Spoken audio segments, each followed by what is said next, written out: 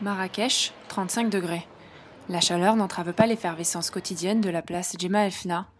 Dans les souks, les vendeurs se mêlent aux touristes, pendant que les artisans travaillent, à l'abri des regards. Isabelle est française, elle vit dans la Médina depuis 3 ans. Elle fait partie de cette clientèle occidentale sensible aux produits de qualité. L'atout décor de son riad, les tapis. Là, ça a été un coup de cœur pour les couleurs et pour le travail.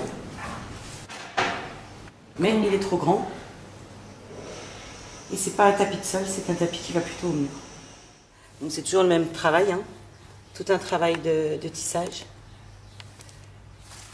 S'il y a la qualité, bon, déjà les gens reviendront chez eux parce qu'ils seront satisfaits. Et puis autant payer un tout petit peu plus cher, mais avoir quelque chose de nickel et d'impeccable. Et voilà. Soufiane Zarib est un jeune entrepreneur. Il s'est fait un nom dans la vente des tapis marocains. Sa cible, les acheteurs occidentaux, des particuliers ou des entreprises. C'est le fournisseur principal d'Isabelle. Ah bah t'en as un beau vélo. Oui. C'est pas sportif ça. Ah mais je vais te le racheter. Ça. Mais c'est un vélo d'homme. Il nous dévoile aujourd'hui son petit empire, un riad au cœur de la Médina, rempli de milliers de tapis. Il y a juste quelques tapis. Du tapis berbère, rural, venu des montagnes du Haut-Atlas, aux créations plus modernes et urbaines, tous sont faits main, réalisés par des artisans marocains. Ces artisans sont souvent à domicile ou dans des ateliers en dehors de Marrakech. Ça, c'est un client, il a acheté tout ça. C'était qui ce client? C'est un client en Amérique, américain. C'est-à-dire qu'il fait le business. Regarde, ça c'est un kili.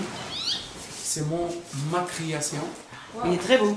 Ça c'est une Mais création. il est un peu grand, hein. Oui, 4 sur 3. Ouais, c'est l'appartement. C'est moi que je veux j'ai dit les motifs, comment elle peut faire.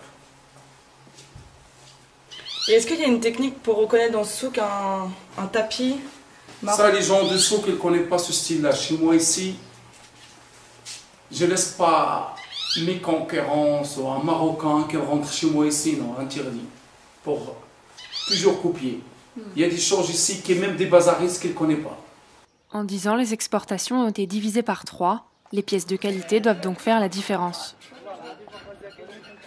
17h, direction le souk, où se tient chaque jour la criée.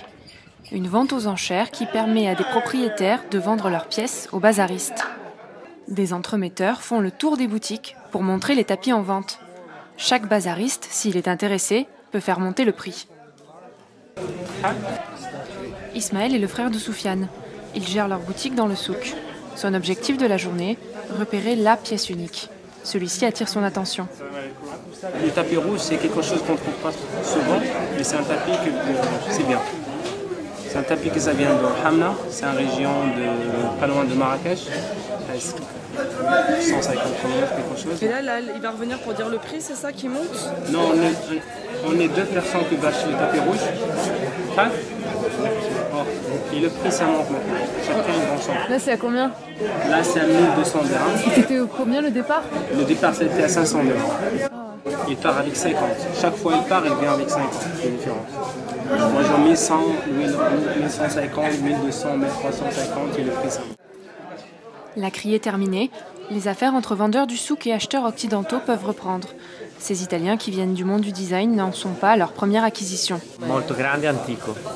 Tappeto antico di berbero. Una famiglia berbera più o meno ha 150 anni. Allora avete chiesto sì, quanto avete pagato? Circa 1000 euro.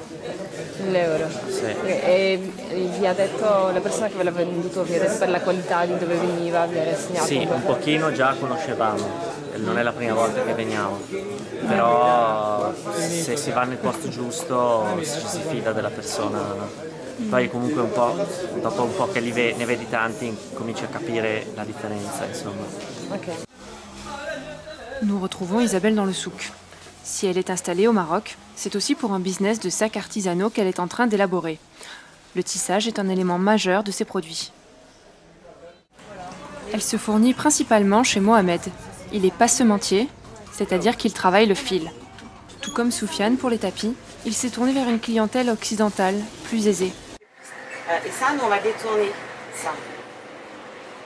Et normalement, c'est la passe-montée pour les coussins.